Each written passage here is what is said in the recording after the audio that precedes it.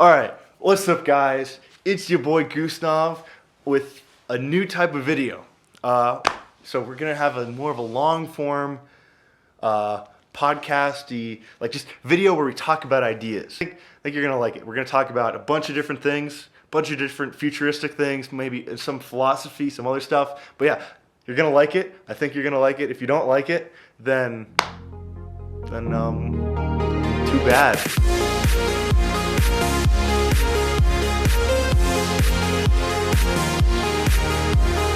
Yeah, when you bring me out, can you introduce me as Albinius?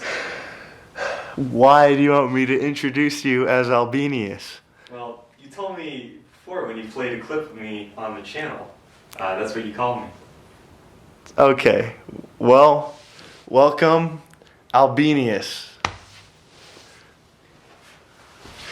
This that didn't go as well as we planned, I think. But here we are. Oh yeah. Be on the stream. Hold on a minute. What's your favorite color? My favorite. Let's see here. Let's find a purple. Let's make it aesthetic. Let's make it vaporwave. Is this purple? I can't tell with my glasses. That looks like a purple to me, like a pinkish. Yeah. Okay. Hold on. We've had enough of your smoke. Never mind. Anyway, what are we talking about today? Well, I put some purple and blue up on the walls here. Well, I don't know. I mean, what were we talking about earlier? Okay, let's not be this fake. Let's just have this conversation. Let's just have okay. Yeah, let's just do it. Just talk to it, man. I don't know. We were having a conversation about what were we talking about? Kanye West and the Little Yeezy album. Yeah, well, we could talk about the new album. Nah, that's overset. Actually, no. It could be good. Is this good? Is this good? Okay, guys. Does this color scheme look good? Or it looks. I think it looks okay. No, it's okay. Okay, let's get started. Is this on? It looks like it's on. ASMR. Okay, fuck it. Sorry. Oh my God, I can't cuss. I'm sorry if my parents were watching this. Sorry if my rabbi was watching this. I shouldn't be cussing. I'm better than that. Anyway, okay, so where do we start here? So essentially, what's the thing? Yes, our society. The society we live in is pretty corrupt. Mm-hmm. And so I guess one of the major battles that is being waged right now is, I mean, it's kind of how should you say this? Like it's kind of, it's not cliche, but it's been said a lot. It's war against masculinity, I think. Like oh no. Here's the idea. So, the lens with which you are supposed to see the world, see what elites and stuff are doing in this society is it's meant to, the actions that they are partaking in are meant to destabilize the Western male and basically turn him into like a soulless shell of who he is. You know, like everything is designed to do that. Like you see all these commercials and stuff with videos of like the white guy who's like pathetic, weak, and just like everyone else is kind of like laughing at him or saying like, oh man, like he says something off color or he says something weird, and then then you have the other people in the commercial who are like laughing at him. And here's the thing, like, that's only like one bit, but there's so, like, most of the commercials that are created out there are made by like 4 major companies or like a handful of companies, and they all are basically peddling the same message. Like you have like some executives up top who say like, oh yeah, we want to see this. And then you have like a group of filmmakers who go out there and like they basically and like say, we need to have these requirements. And then like it's less innocent than you'd think. These things, it's less like movies are less innocent than you think. Commercials are less innocent than you think, and you gotta look at reality in the lens of like what is it actually trying to say? Because a commercial, like you spend, like the average commercial, it's not like, oh, we're gonna spend like $5,000. Like they cost like a commercial, like a 30-second commercial can often run like $100,000, like huge amounts of money, sometimes millions. And any producer who is putting that much money isn't just putting the money up to create the commercial and sell a product. They're also selling far more than any product that you normally like. Like they're not just selling, oh, we're selling a car. No, you're selling more than that. Well, you're selling, yeah, like I mean it's also probably worth mentioning that this is kind of a compounding result of socialization in modern society, where as this happens, right? People are grown up in this environment. People are taught in centralized education systems, which push the same message, have the same overarching thematic elements to it.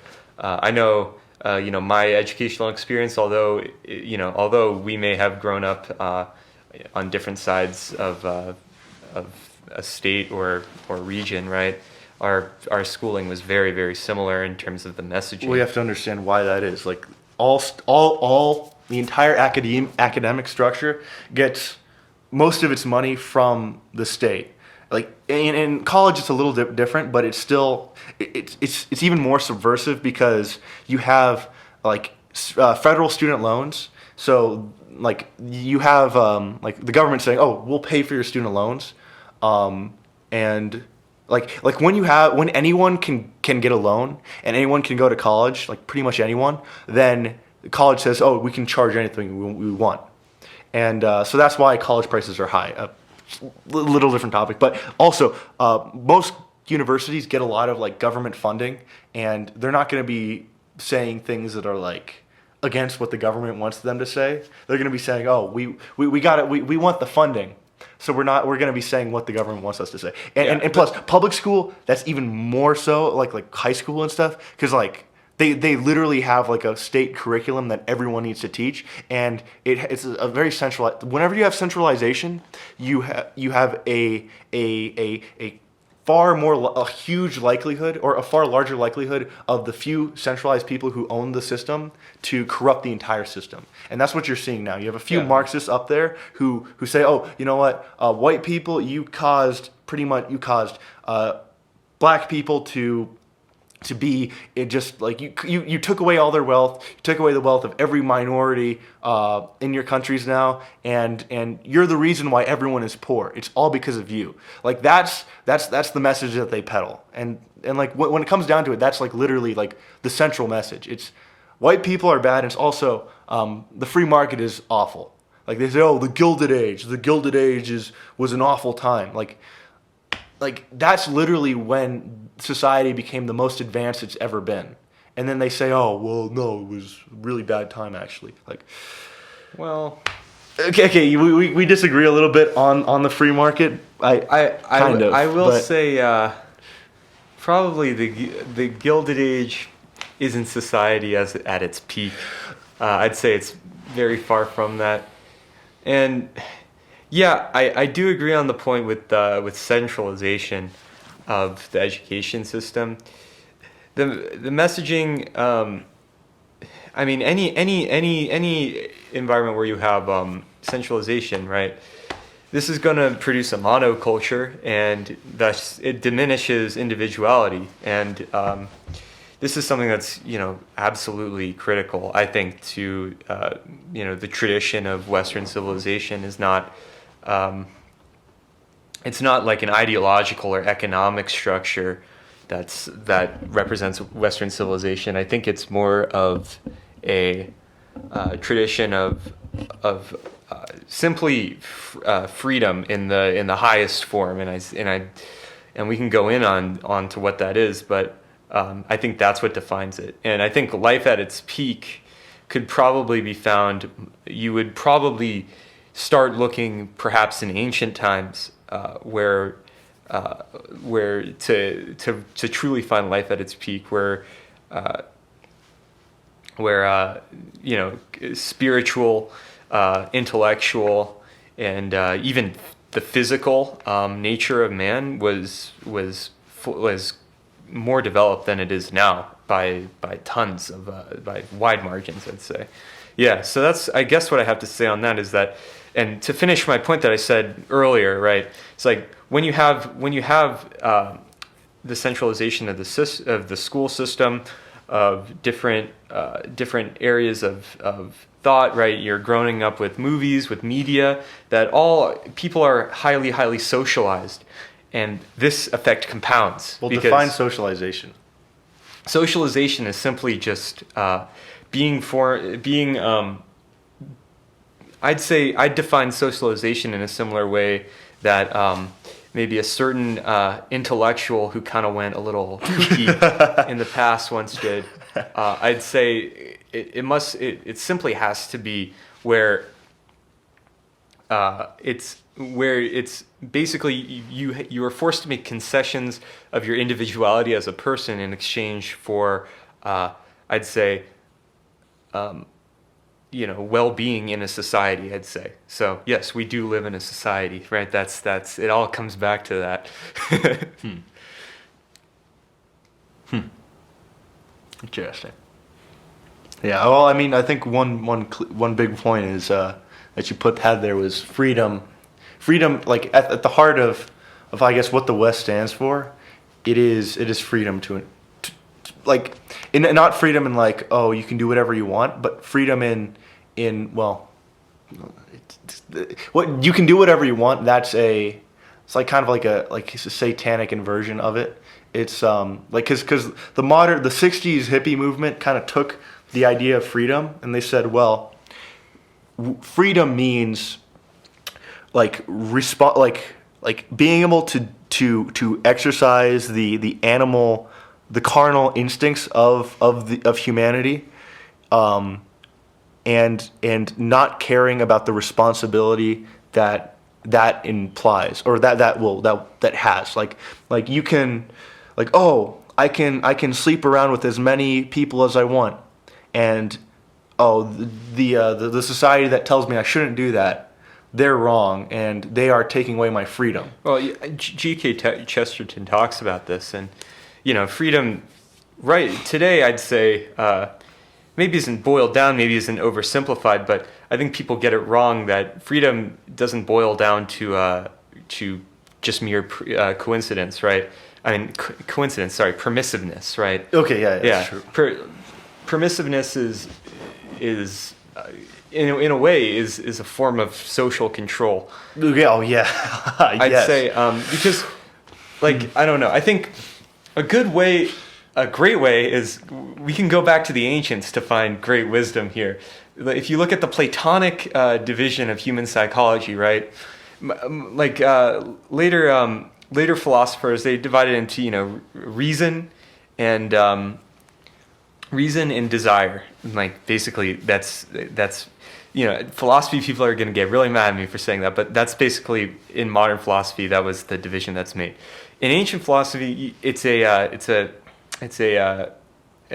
basically divide the human psyche into three parts, and one is reason, of course. The other one is appetite. This is in the Platonic tradition, right? You have reason, appetite, and the third one, which is incredibly the critical component, is spirit, right? And a good way to understand spirit, I think, is basically the part of you that's repulsed when you're forced to do something. Maybe shame. Another thing, shame, guilt.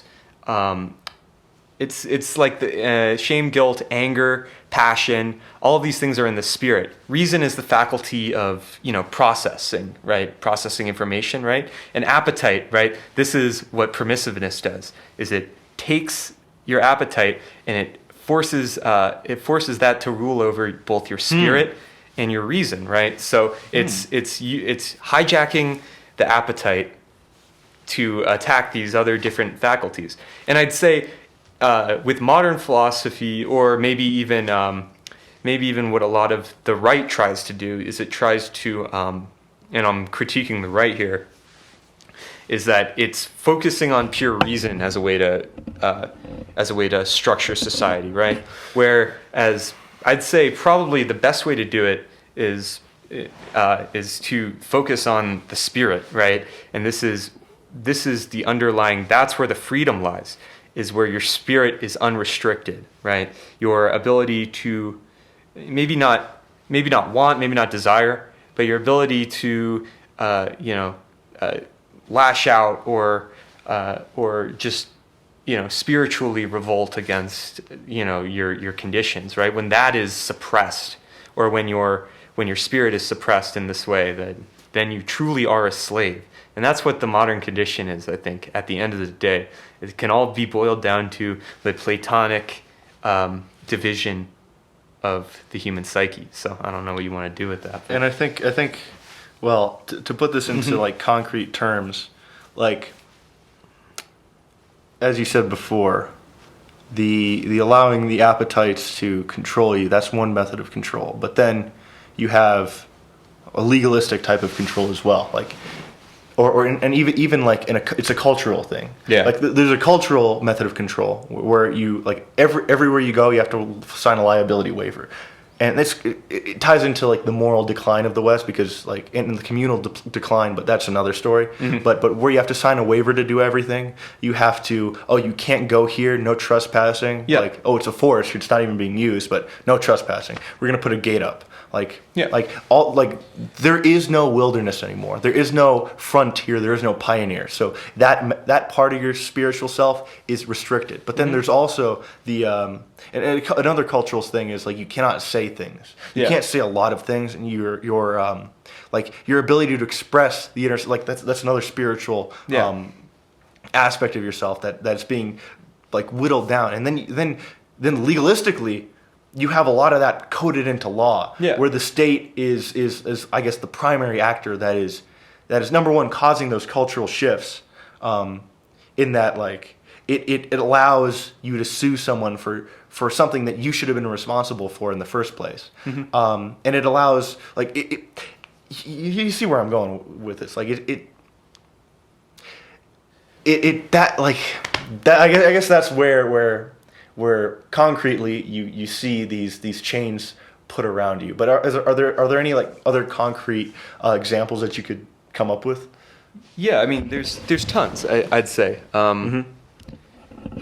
probably the first place to go, I'd say, was actually the recent attempts to suppress free speech on the internet or free operation of the internet. Right? Mm-hmm. You have multiple attacks from, I'd say, left and even right recently, unfortunately, against on the internet. It's like what was great about the internet was that it was in a way a frontier. I mean, it's always referred to that, right, by the big tech companies and stuff.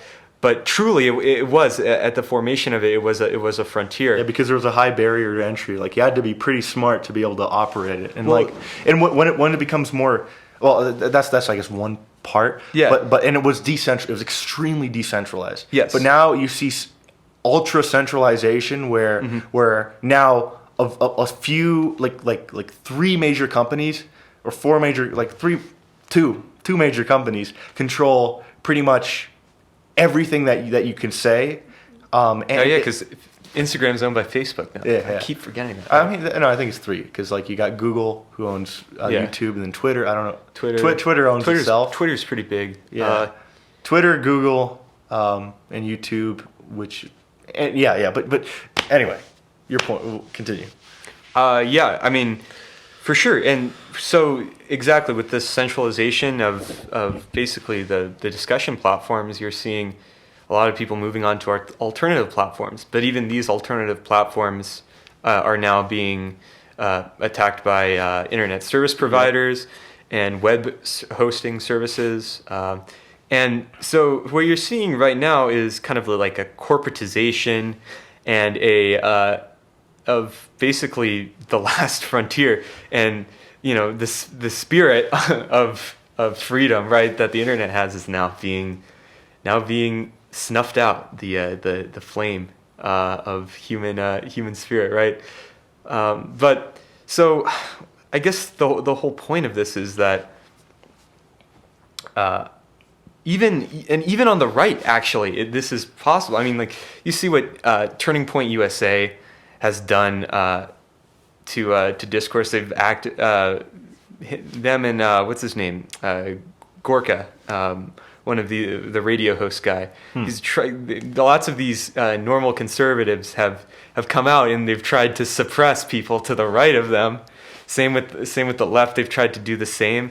There's basically, from all sides, there's encroachment on any sort of freedom in the West, and even in the world. There's, like, the East, what China's doing right now is indicative of that as well. I don't know. And I think it comes down to, I think it all comes down to a fear of a ruling class losing power.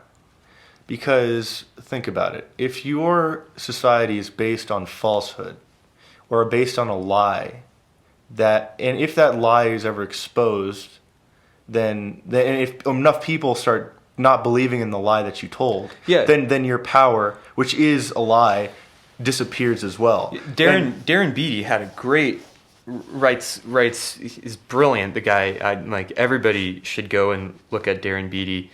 Former Trump speechwriter, very, very prominent thinker. And basically what he says is that it's clear to the citizens of Russia, it's clear to the citizens of China. Yeah, this is a great quote. Who runs their country. We know that Vladimir Putin and his party is in absolute control of Russia, same as Xi Jinping. And it's very clear to these people who runs the show. In America, it's less so. So it requires active deception on a mass scale to keep the system running. Mm-hmm. If everybody knew who ran the system, what the consequences were of the system, and how the system intrinsically operated, if the deception ring, the deception field, suddenly the generator broke, right? The shield generator broke, right? And you were let out of Plato's cave. If everybody was let out, right, there would be massive problems that would arise for the people who are ruling, right? Mm-hmm. The only way people in power can stay in power in America is through a vast network of deception, which we were talking about at the beginning of the show, right? And when it comes down to it, where does this deception come from? It comes from, as we said before, academia. The thing is, academia, in the form that it exists now, controls the ideas of the smartest people in a society. And when you have the smartest people in a society believing one way that academia tells them, then the CEOs, the leaders, the people who are in charge of the advertising, the people with the money, put their money towards the ideas that the universities pump into their heads. Then you also have media systems, both music, television, and news. News is a huge one because it's the eyes with which you see reality, and it goes through the filter of are you a very Marxist lens or a very globalist lens, which we should probably talk about in another podcast because it's fascinating where it goes. I will have to push back a little bit on the fact, perhaps academia, the effects of academia, you may be over exaggerating, not because it's so uniform, right? I think academia is very useful in instilling ideas to. I'm not saying that that is bad. Like, you need to have some way of teaching people, but I'm saying that that everyone, like, here's like history. Everyone the history that we're being taught is saying that white people are the cause of everyone's problems.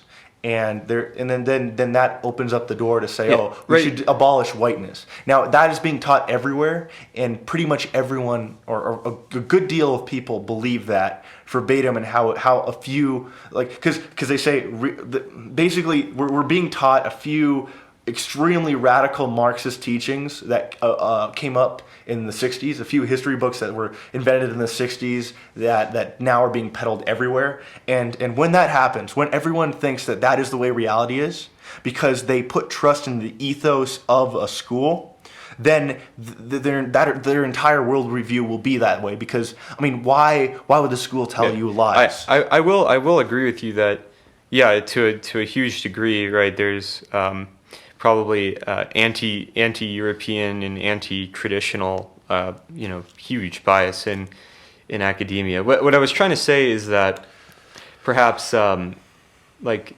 academia is a sliver of the problem, right? What I was saying about the socialization is that basically the push to conform to the modern idea set is instilled from birth, really. I mean, from cradle to grave, you're put in an environment which instills a need for conformity, a clear kind of idea set. You have centralized cartoons, right? And I mean, the Marxists are absolutely right when they say every form of media or everything, and to a certain degree, has a political aspect to it. And I'd argue that the cartoons and the messaging has changed drastically from what they were. Same with young adult novels, everything from cradle to grave. I think just maybe the academia, right? It solidifies all this knowledge into a clear like ideological structure, maybe. But I wouldn't say that academia is like solely responsible. If you took away academia tomorrow, people, I think, to a large degree, the next generation would still buy what's being sold. Yeah. And, I'm saying that it's not. It's of course it's not just academia. There's like a bunch of different things, and there's a bunch of subversive elements at like all levels of this stuff. Yeah. But I mean, that's that's undeniably a huge part of why people like the smarter people believe like Marxist teachings to a T, because like you're expected to sit down for hours and hours and hours and hours and hours and memorize this stuff. And sure, conformity is. Here's the thing. Maybe conformity. I think conformity has been a part of human civilization for a very long time, and I don't think it's a relatively new thing. But I think for many people, conformity is a winning strategy for survival. Yeah. But the thing is when it's the only thing to be when conformity is the only permissible thing you can do, then that becomes a problem. Like when anyone who's outside of the bubble like is attacked, then that's a problem. And the way that exists today is a, I don't want to say ideological bubble, like a philosophical bubble. Like there is a. Here's the thing. You don't. We have free speech. We have free speech within this bubble. Within a bubble of a certain ideas, a certain number of debatable topics like abortion, legal immigration. Yeah. The compartmentalization of topics is like a cancer in political discourse. Yeah. It's just the worst. Man. Yeah. I mean, what's your stance on this? What's your stance on that? We'll talk shut up. Yeah, we'll talk. Oh man, like that gets me. That's a huge idea right there. Yeah. But keep that in your mind. Yeah. So you're everything. All the ideas are put into a bubble. Yeah. You can debate fiercely within that bubble, but there's a huge universe of ideas outside of that bubble that you cannot talk about. That you cannot talk about at all. I really wish I remembered who wrote this. There was a great article in the American Mind that was last week, and I don't know. It was amazing, and yeah, it talked about this. That basically the dissident online kind of online group of just I guess radical people on both left and right. Yeah. What the modern discourse is a small bubble of protected areas to talk about. Mm-hmm. But the dissident population, right? It draws from all of history, and it basically sees it doesn't look at history from a moralistic bubble. It looks at it from a structural, I guess. And like from this we can look at history in in a new way, in an unbiased way. I'm not saying that, you know, moralization of history is wrong, right? But if we look at history from an amoral perspective, it opens up an entire new set of ideas, right, of how we can approach different topics. Yeah. It was just an amazing article. I wish I remembered who wrote it, but it was good. So check it out. Like, it's a good publication. Just look up Google News if you're watching this. Yeah, A few days after this. But what do you call it? Like, oh fuck, shoot, what did I say? And here's the thing. I don't care like if you're radical right, radical left, if you're a communist, if you're some like anarcho-communist, I don't care what belief, what ideology you have, like, you deserve to be listened to.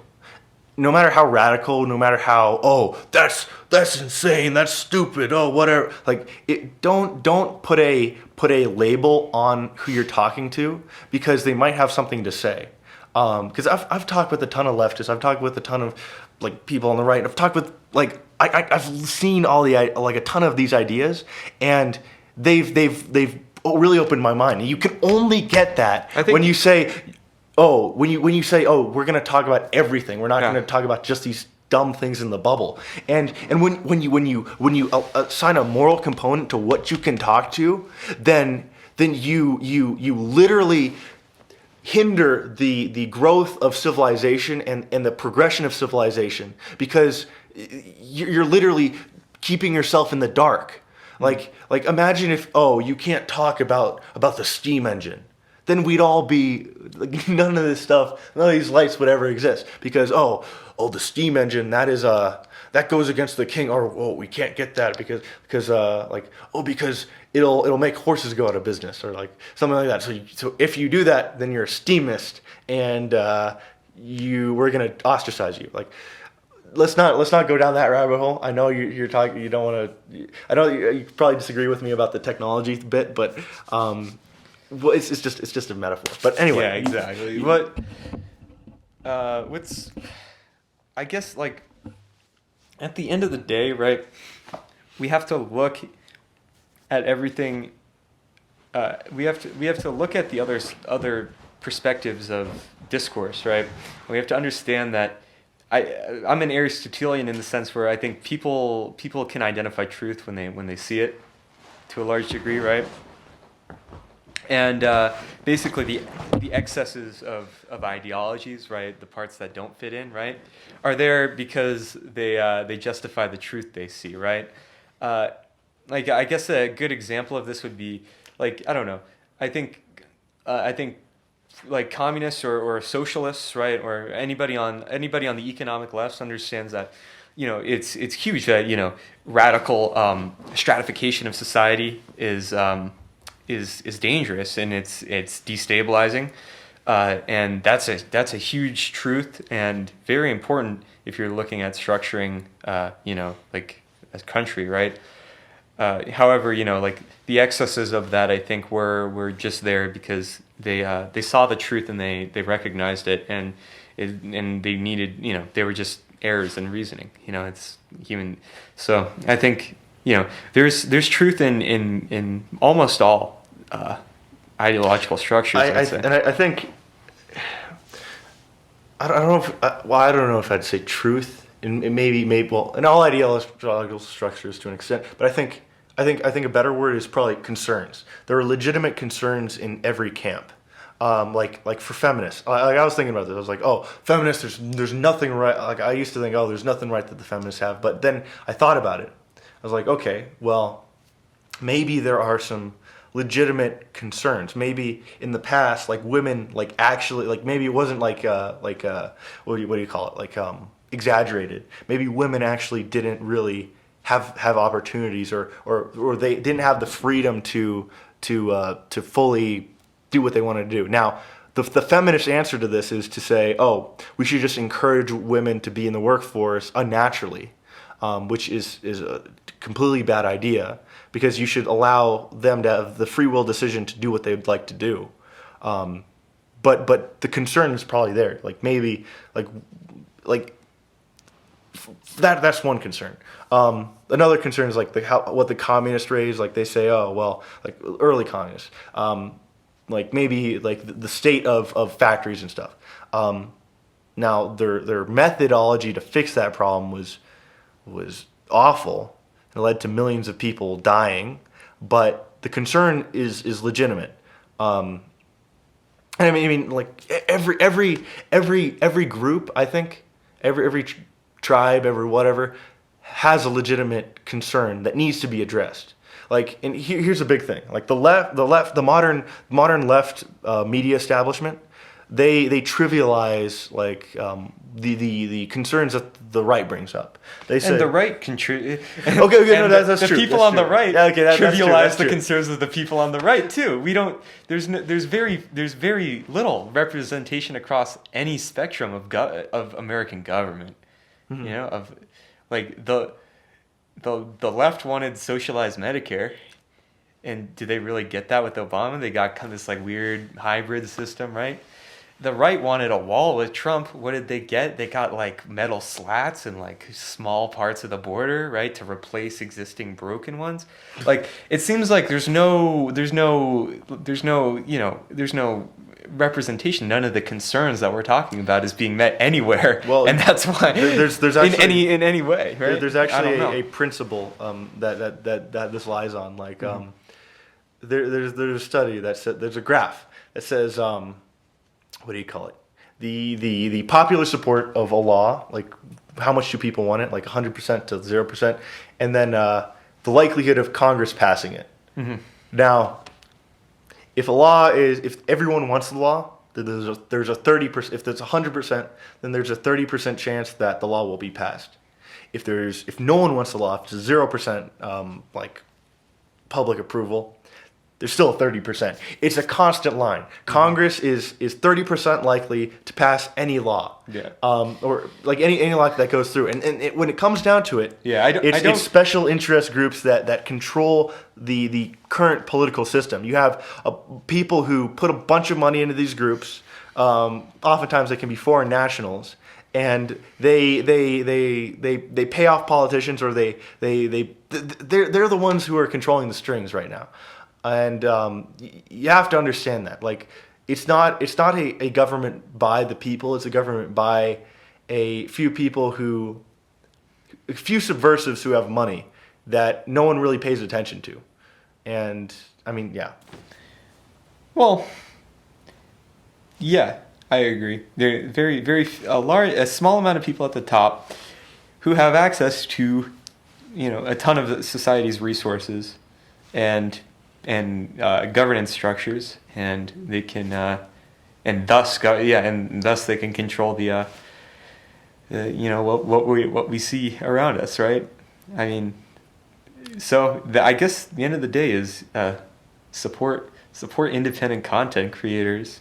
Oh yeah, here's Right? the way that I was thinking about doing that. So when everyone gets kicked off of Instagram and Facebook and YouTube, here's the ultimate bunker, the ultimate angle.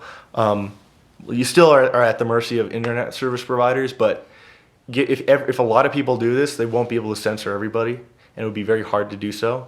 But here's what you do. You create a website, and you basically do what you revert to the tradition of the internet. You create a bunch of these websites and you just start posting, like, and then you get an email list right now. If you have if you have like a Twitter account, if you have an Instagram, whatever, ask for the email accounts of like all your friends and everyone you can. Compile it into like some spreadsheet and just save it for later, because you never know when you could lose all those contacts. And here's the thing. Social media right now isn't just something you have fun on. It isn't just a dopamine hit. It's a what is it called when it's a networking system. You find new people, and you should be using it. That's how we met. Yeah, I mean exactly. Like find people who are like-minded to you, and then create this network of people in real life, and try and find people who are closer to you. Because I mean, people who are open and people who care about these ideas, the Joe Rogans of the world, are very rare, and try and look for those people, and you shouldn't assume that these social media sites are going to be static. You should take advantage of them as much as you can, and you should be creating these email lists. You should be prepping like a website or something that you can use as a fallback for content, and just consider like doing that in the future, like and like emailing out your content to people and being able to like do stuff like that. And then hopefully in the future there could be like a website that like puts all those sites together and then allows you to do that. Yeah. I'm not a content creator myself, but I would just add an addendum to this. It's just, it doesn't mean be stupid on social media. Your presence on it is really important, and it's important for just free thinkers is to be platformed on these sites, because that's where the discourse is happening. So do what you can, follow the terms and services. Make sure you structure your message in a smart way that doesn't stray from the truth that you want to talk about, right? But also just be smart. Just think about what you're going to post. Is this going to dox me? Is this going to, harm? Is this going to get me kicked off, right? Because it's super important that we stay on. Yeah. So we can talk about these things. If we can't talk about it, then it's over. Yeah, and think about optics too. You don't want to be perceived as the angry guy who's irrational and he shouldn't be trusted at all. No, you should be calm. You should be talking these things out. Be smart and don't be what the media wants to think that free thinkers are. Like, don't be like, oh, I'm the conspiracy theorist, nut job. Oh, what's another archetype? I'm the evil, hateful person. Yeah. Oh, I'm the lonely loner who doesn't have any friends, who everyone picks on. Like don't fall into the categories that they put. Because take off the skull mask. Yeah, take off the skull mask. Don't put that on. Here's a great method of control. They create an archetype, and then they say, oh well, if you espouse these beliefs or if you espouse them in this way, then you fit into this archetype. Now you have to destroy that archetype, and you have to destroy the perception of how that is. Because like if you're just a normal person, which all of you guys are, then people won't think you're crazy, or won't think like they're not going to have like the programmed response to your message. They're not going to shut off instantly. Yeah, I mean,